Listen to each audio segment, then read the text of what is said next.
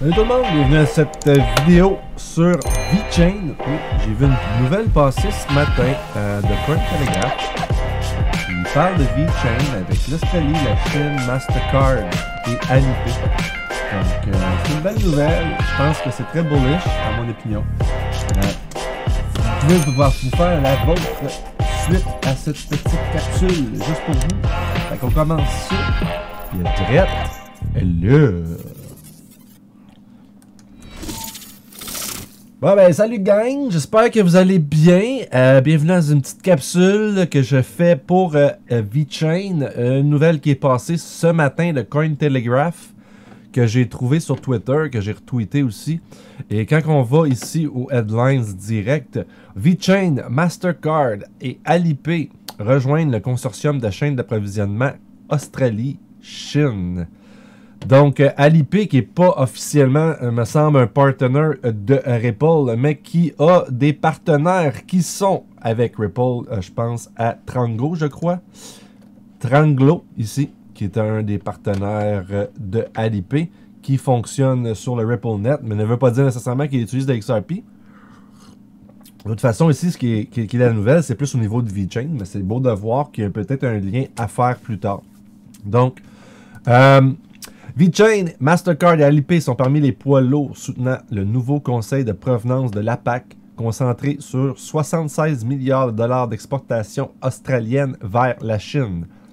Ici, j'ai souligné. VeChain, Mastercard et Alipay font partie des poids lourds soutenant le nouveau conseil de provenance APAC, qui a déjà obtenu des millions de financements pour le suivi de la chaîne d'approvisionnement et le financement de pilotes dans toute la région Asie-Pacifique. Le consortium fournira des solutions complètes pour authentifier et suivre la nourriture, le vin et les produits à l'aide de la blockchain, en mettant particulièrement l'accent sur les 76 milliards de dollars d'exportation de l'Australie vers la Chine. Le financement du commerce sera gracieuseté de Mastercard en dehors de la Chine et d'Alipay Australia pour les marchandises destinées à la Chine. Et ici, c'est intéressant, il y a deux manières de pouvoir voir la provenance. Les produits peuvent être suivis en utilisant VeChain comme blockchain public ou Mastercard comme registre autorisé. Donc, j'imagine quand vous êtes le client, vous pouvez voir vous-même la provenance par le système de Mastercard que je ne connaissais pas. On va parler un petit peu plus tard aussi de ça. Le suivi de la chaîne d'approvisionnement était un cas d'utilisation clé identifié dans la récente feuille de route nationale de la blockchain du gouvernement australien et la part de l'Australie dans la valeur des exportations vers la Chine a atteint un record de 38% en 2019, plus que tout autre pays. Paiement plus rapide à différentes étapes. Et là, ici, c'est ça qu'ils vont vous expliquer, c'est qu'ils instaurent aussi un système de paiement que je trouve quand même assez intelligent, qui donne un peu de, comment on pourrait dire, de lousse à l'entreprise qui utilise le service. Autant qu'ils peuvent payer immédiatement, autant qu'ils vont pouvoir utiliser un système de paiement 30 jours. Donc, je vous lis ce qu'ils expliquent. Le blocage économique affectant gravement les flux de trésorerie des entreprises. Un argument de vente unique sera de permettre les paiements intermédiaires à diverses parties à mesure que les expéditions progressent le long de la chaîne d'approvisionnement. Par exemple, 30% peuvent être payés automatiquement lorsque la blockchain enregistre un dédouanement d'expédition en Australie. 30% supplémentaires lorsqu'elle arrive en douane en Chine et le reste à la livraison. Donc 3 fois 30%. Dans le fond, on pourrait plus parler de 30 et 40%. Ouais, plus ben ouais. Mais c'est quand même bien. Parce que ça, on ne paye pas tout au fur et à mesure. Ça donne un peu de latitude aux compagnies que présentement, on ne se le cachera pas avec ce qui se passe sur la planète, ont probablement aussi de graves problèmes de liquidité. Les paiements instantanés peuvent être effectués à l'aide d'un crédit sur portefeuille numérique plutôt que d'attendre que les comptes soient réglés un mois plus tard. David Enderias, le cofondateur et PDG de Fresh Supply Corporation, un fournisseur principal derrière la Providence Council, a déclaré que Mastercard et Alipay ont permis au consortium d'offrir des paiements instantanés. Nous offrons la possibilité de financer et de faciliter les paiements instantanés, a-t-il déclaré. Nous pouvons faire payer nos clients plus rapidement, ce qui signifie payer par crédit. Généralement, les termes de l'échange sont reçus 30 jours, plus 30 jours. Donc, on commande et on paye 30 jours plus tard. Donc, c'est excitant pour beaucoup de nos clients qui peuvent être payés instantanément. Et ici, j'ai surligné ce qu'il a dit. Donc, ce que nous disons, c'est que nous prenons du business to business, des factures extrêmement importantes et que nous leur accordons un crédit à court terme pendant 30 jours. Vous pouvez donc conserver votre argent afin d'avoir plus de fonds de roulement. Si je suis un acheteur comme Alibaba, je n'ai pas besoin d'utiliser de l'argent réel, je peux utiliser le crédit à condition de régler en 30 jours. Et l'avantage est que le producteur est payé rapidement. Le PDG de VeChain, Sonny Liu, a déclaré que le nouvel écosystème serait extrêmement bénéfique. La mise en œuvre de la technologie de la blockchain contribue certainement à amortir les impacts économiques immédiats de la pandémie pour les entreprises et contribuera à améliorer la productivité en libérant davantage de ressources et d'opportunités de croissance, a-t-il déclaré. Outre les sociétés de blockchain et de financement, le consortium comprend également des organismes de l'industrie alimentaire, des agences de normalisation, des prestataires de services d'emballage et d'étiquetage. Donc, on voit ici que VeChain offre une solution directe à ce qui se passe, point de vue à tous leurs fournisseurs et leurs clients. Et je trouve ça vraiment très bullish pour VeChain parce que c'est sûr qu'il y a certaines entreprises qui voient ça comme une opportunité de pouvoir repartir sur des bonnes bases avec le peu d'argent qui leur reste en poche parce qu'ils ne veulent pas, ils doivent toujours avoir certaines choses à payer et ils ne fonctionnent pas toujours pendant cette pandémie. Blockchain vérifié, paddock to plate, donc je pense que ça veut dire de la livraison à l'assiette. Les principaux fournisseurs commerciaux à l'origine du Provenance Council sont tous australiens. Les intégrations de la chaîne d'approvisionnement et la société de Middleware Fresh Supply Corporation, la société d'empreinte digitale Lava et le groupe d'identification de provenance Source Certain International. Et ici, j'ai souligné. Inderias a déclaré que le FSC, donc le Fresh Supply Corporation, offre déjà un financement commercial vérifié par blockchain de 80 000 $ par semaine en partenariat avec Mastercard pour un exportateur de produits laitiers australien et est en train d'intégrer l'un des plus grands exportateurs de fruits de mer du pays qui représente des centaines de millions d'exportations par an. Le PDG de la blockchain Australia, Nicolas Guiriato, a exprimé son soutien au Conseil, déclarant « La feuille de route nationale de la blockchain a identifié les chaînes d'approvisionnement agricole comme un domaine clé où la blockchain et les technologies adjacentes peuvent transformer notre capacité nationale. La formation du Conseil de provenance de l'APAC est un grand pas en avant qui nous permettra d'aller de l'avant avec des projets qui amélioreront la transparence, l'efficacité et la gestion des chaînes d'approvisionnement agricoles et autres. » Donc ça, c'est pas mal l'article en tant que tel. Là, j'ai décidé d'aller voir un peu c'était quoi la feuille de route nationale de la blockchain. Et j'ai sorti cet article-là ici. Je ne vous le lirai pas au complet. Le headline, c'est « L'Australie publiera une feuille de route nationale pour la blockchain après une année de préparation. » Ça a été fait le 6 février 2020. Donc, on s'entend que c'est avant la crise. Juste au moment où on commençait à s'en rendre compte. Donc, quand on lit cet article-là, on se rend compte qu'il y a des choses qui ont changé. Je pense pas que c'était exactement ça qu'ils voulaient mettre au début dans la blockchain. Et là, ça l'a changé du tout. Et la nourriture, on s'entend. Même en cas de crise, tout le monde en a besoin. Mais une bouteille de vin australienne ne veut pas dire que tout le monde en a besoin en temps de crise. Le gouvernement australien va publier sa stratégie nationale de blockchain d'ici le 7 février après une préparation de près d'1 an. Là, j'ai souligné quelques petites choses ici, mais je ne vais pas tout vous le lire, comme je dis. Au pire, vous allez la voir. Je vais la laisser en description. Le gouvernement australien va lancer sa stratégie nationale de blockchain le vendredi 7 février après une préparation de près d'1 an. Cela fait presque 1 an que le ministère de l'Industrie, des Sciences et de la Technologie et le ministère du Commerce, du Tourisme et de l'Investissement du pays ont annoncé la stratégie nationale et la feuille de route de la blockchain en mars dernier.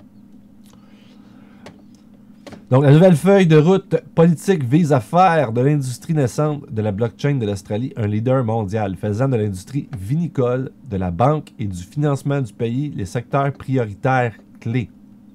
Donc, on voit ici que ça a peut-être bien changé, puis ça s'est plus tourné au niveau de la nourriture. Hein. Donc, je vais vous lire ce dernier paragraphe-là avant de continuer. Un accent particulier sur le vin local, décrivant les développements du programme. Karen Andrews, le ministre de l'Industrie, des Sciences et de la Technologie, a déclaré que la feuille de route de près de 5 ans sur la blockchain soutiendrait le travail des régulateurs, des startups et des chercheurs sur la question, a rapporté le Sydney Morning Herald le 7 février. A indiqué que le secteur devrait atteindre 259 milliards de dollars australiens, ce qui équivaut à peu près à 175 milliards de dollars américains. Donc, c'est pas n'importe quoi quand même qui s'en vient. Et là, on voit pleinement que VeChain est intégré dans cette feuille de route australienne suite à cette annonce-là ici qu'on a aujourd'hui, il y a 6 heures. Et là, je me suis dit, Mastercard, Blockchain, Food, j'avais déjà vu ça passer, je vais aller creuser un peu. Donc, Mastercard Blockchain pour apporter de la visibilité au système alimentaire. Le 27 octobre 2019, ça nous a été fait par c'est directement par MastercardContentExchange.com. Donc un site officiel de Mastercard. S'intègre au système Old Chain and Invincible pour apporter la traçabilité à la chaîne d'approvisionnement alimentaire. La coopérative alimentaire de Topco testera la technologie pour retracer la source des fruits de mer dans les épiceries membres en commençant par Food City. Et là, j'ai souligné quelques petites choses aussi dans cet article. Les consommateurs veulent de plus en plus connaître l'histoire derrière la nourriture qu'ils consomment, la source des produits, des viandes et des fruits de mer et leur cheminement vers la table. Mastercard collabore avec Invisible, une entreprise qui permet une visibilité de la chaîne d'approvisionnement dans les systèmes alimentaires pour apporter plus de visibilité aux aliments que les gens mangent tous les jours.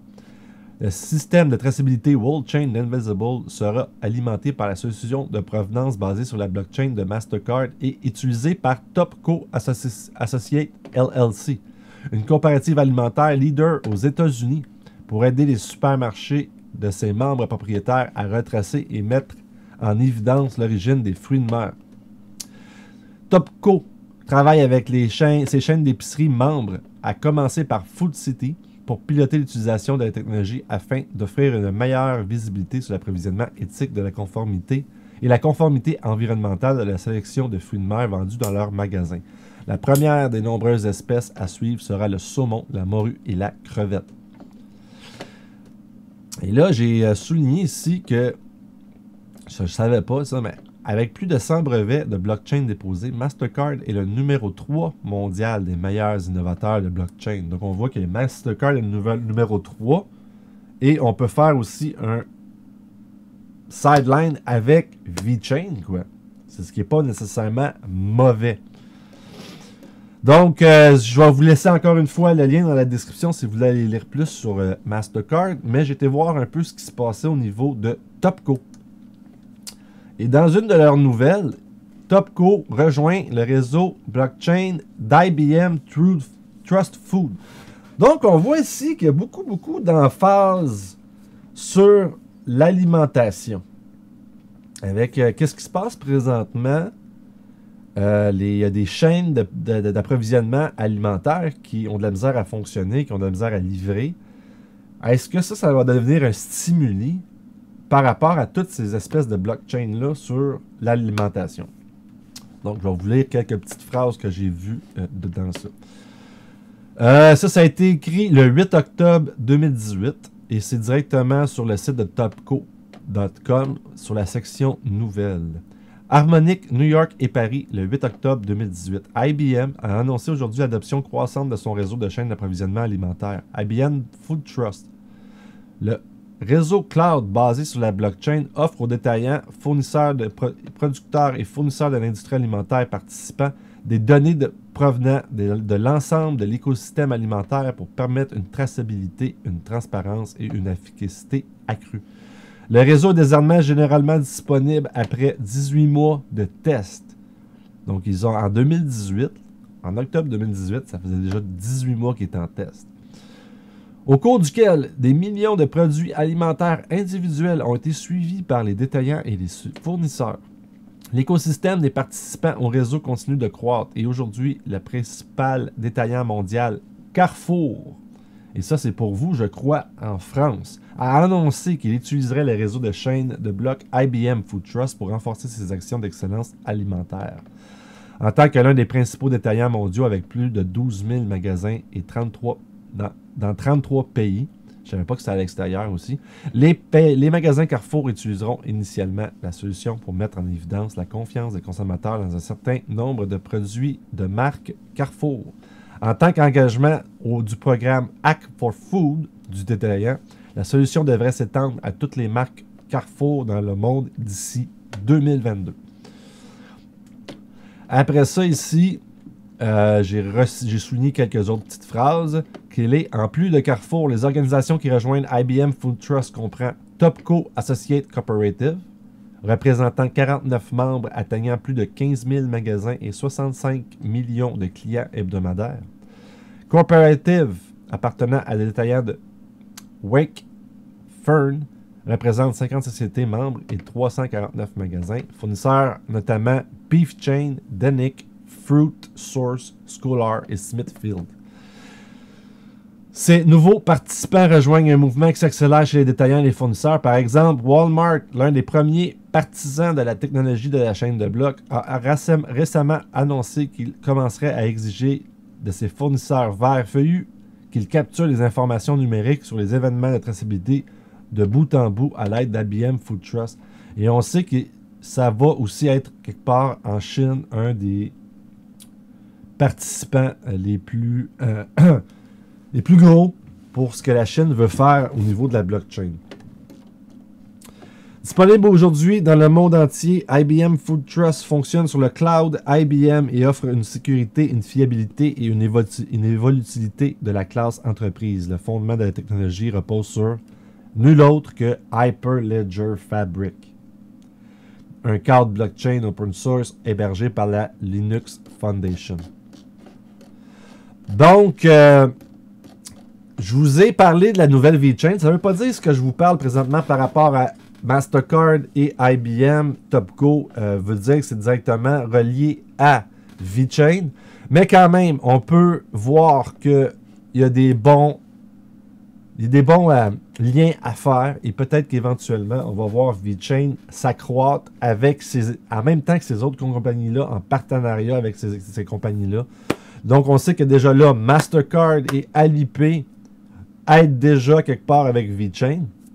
Et là, on a peut-être par la bande Topco et par la bande avec Topco, IBM et Hyperledger Fabric. Donc, j'espère que vous avez aimé ce petit live rapide, cette petite vidéo rapide sur VeChain. Si vous ne connaissez pas VeChain, je vous invite à aller voir leurs multiples partenaires qu'ils ont. C'est un très bon produit à mes yeux. Et comme je vous dis toujours, faites vos propres recherches. Et comme souvent on me demande, après des vidéos comme ça, c'est où est-ce que je peux acheter VeChain? Moi, officiellement, les deux places que je connais, c'est Binance. Mais avec Binance, il faut que tu utilises, me semble, de l'Ethereum ou du Bitcoin pour pouvoir acheter du VeChain. Ou sur BitTrue, que vous pouvez acheter directement avec de l'argent. Parce que vous faites des dépôts sur BitTrue. Et après ça, vous pouvez acheter n'importe quel crypto sur BitTrue. En plus, BitTrue est un des plus gros pairings de XRP. Donc, vous pouvez aussi l'acheter du VeChain par rapport avec XRP. Et il offre aussi du bon stacking. Donc, vous pouvez faire de l'intérêt sur vos VeChain, sur vos XRP et sur vos Bitcoin, Ethereum. Il y a une assez bonne liste pour BitTrue en tant que tel de pouvoir faire des intérêts sur nos cryptos. Moi, j'aime beaucoup BitTrue. Je le recommande. Et justement, ils amènent bientôt un système d'assurance pour nos cryptos, ce qui est très bullish aussi.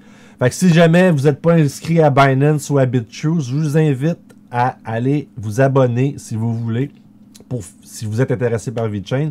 C'est les deux places que je sais qu'on peut acheter du VeChain officiellement. Et j'ai des liens dans ma description qui vont vous permettre de pouvoir vous abonner.